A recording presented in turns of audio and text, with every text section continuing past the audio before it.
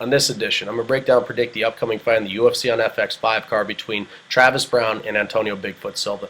Now, I'm really looking forward to this fight. These guys are both heavy hitters. They both have good ground games, and they both put on entertaining fights. So, really, this should be a good main event on a very underrated card taking place in Minneapolis, Minnesota. So, I'm doing this video. I'm just going to break down both fighters and do my predictions. So, I'll start with Travis Browne. Now, Travis Browne is training at Jackson's. He's definitely, it's almost an insult to say that he's an up-and-comer in the heavyweight division.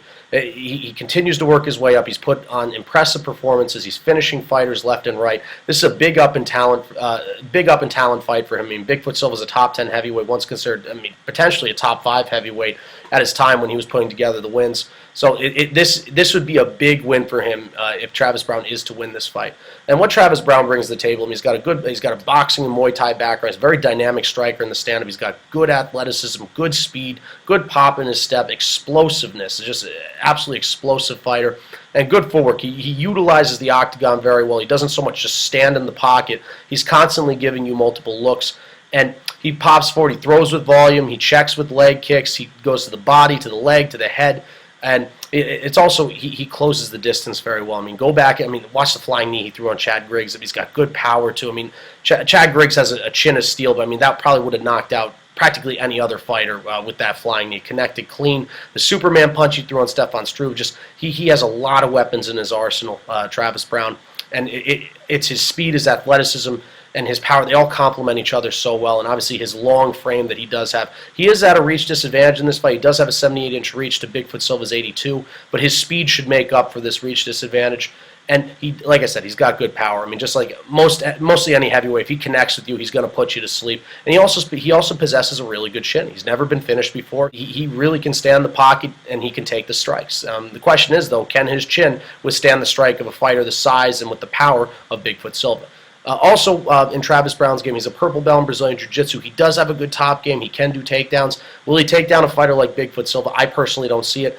But when he is on top, he can rain down ground and pound. He can lock in submissions. He does fight well off his back, but can he get up? If he is to be put down to the ground by a fighter like Bigfoot Silva, with the size and Brazilian Jiu-Jitsu black belt that he does have, can he get up from that? I think that's the biggest question.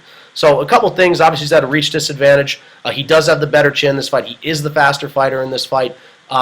Where I see Travis Browne being successful in this fight, he's got to use his movement effectively, and he's got to pick his spots. If he is to rock Bigfoot Silva, he's got to go in for the kill. So I don't see him winning it by decision. I think if it does happen, I think Bigfoot Silva will probably get down on the ground, probably win the decision. That's just the way I see it, and I don't see him submitting Bigfoot Silva. So I can see Travis Browne winning this fight via TKO or knockout in the stand-up game. So that's where I see Travis Browne being successful. So Antonio Bigfoot Silva. Now, obviously, he came over from Strikeforce. He lost to Cain Velasquez in a fight that some people thought that he shouldn't be fighting, given the fact that Cain was coming off of a title fight loss, and Bigfoot was coming off of a loss in the Strikeforce quarterfinals to, obviously, Cinderella man Daniel Cormier. Now, what Bigfoot Silva, he's got a really good background of mixed martial arts. He's a black belt in karate. He's a black belt in judo. He's a black belt in Brazilian Jiu-Jitsu. He's training in Muay Thai. He's just a monster. What he does very well is he imposes his will. Most definitely when it's on the ground. But in the stand-up game, he likes to press forward. It's not so much he has really good footwork, but he could stand in the pocket, and he has a good reach. He has 82-inch reach. I don't want to say that he fights his reach very effectively, but the guy, you cannot deny Bigfoot Silva's power. A guy of his size, he's got to weigh in at 265, but come fight night, you could say the guy actually weighs 285, 290. Just an absolute monster. He does not have the speed advantage in this fight, but I think fighting his reach will be the most important thing, and obviously being accurate with his strikes. He throws very deadly leg kicks. He likes to press forward and move and be in people's faces. And he likes it. He can throw volume, but is not the quickest of volume. He likes to go for the head, and he likes to hit with bad intentions. But the leg kicks, I think his leg kicks are absolutely brutal. They really can chop down a fighter, especially against a fighter like Travis Browne. If he can start working the leg and get rid of the pop and step of Travis Browne, it would be definitely an important part of this fight. So the leg kicks are a big factor. Bigfoot can also throw elbows, throw strikes, but does not have the speed advantage of this fight. But he's got to fight his reach effectively.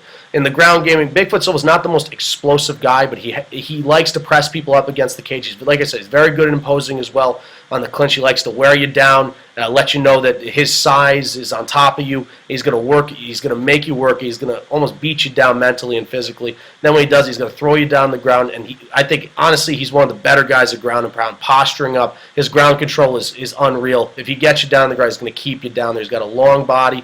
He's going to beat you down. He's going to posture up, and he's going to lock in the submission. He's constantly working. What he did to Fedor Emelianenko, posture up, beating him down, trying to lock in the submission. He's almost relentless when he's on the ground. and it's just he's a hard guy to get off top of you, and a very skilled Brazilian Jiu-Jitsu black belt. So a couple things in regards to Bigfoot Silva is that he does have the reach.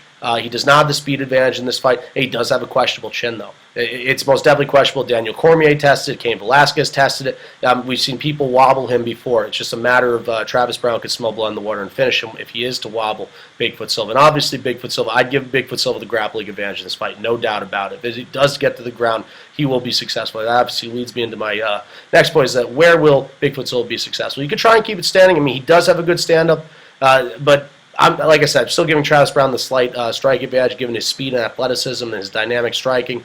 But I think if Bigfoot Silva is to be successful, you got to kick the lead leg and then reduce the movement of Travis Browne, press him up against the cage or get him down to the ground. And that's where I could see Bigfoot Silva running away with this one, getting it down to the ground, beating down Travis Browne, wearing him down, and trying to lock in the submission. So I could see Bigfoot Silva being successful, winning this fight via TKO or knockout, ground and pound. I know it's a tall task given the fact that Travis Browne's really good chin, or winning this fight by submission. So he's got to get down to the ground, and I think he can most definitely finish the fight if he is to get down to the ground. So where my prediction lies in this fight, I think you cannot deny Travis Browne's his skill set and what he's bringing to the table, and how the momentum that he has going into this fight. Say he has a lot more momentum than Bigfoot Silva does. I think Bigfoot Silva can make it interesting, but I'm going to have to go with Travis Browne this fight. I think Travis Browne's the faster fighter. I think his movement will be a big part of this fight. I think he's going to keep it standing. He's going to find a way to finish Bigfoot Silva in the stamp. I think he's too fast, and his movement will be too much for Bigfoot Silva. He's going to connect with that strike. He's either going to knock him out, or he's going to find a way to finish him via TKO, whether it's sending him down the deck or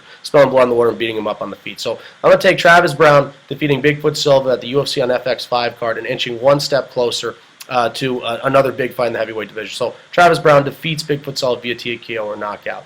And that's what I have for this edition. It's Kyle Delaney signing off. I'm out of here.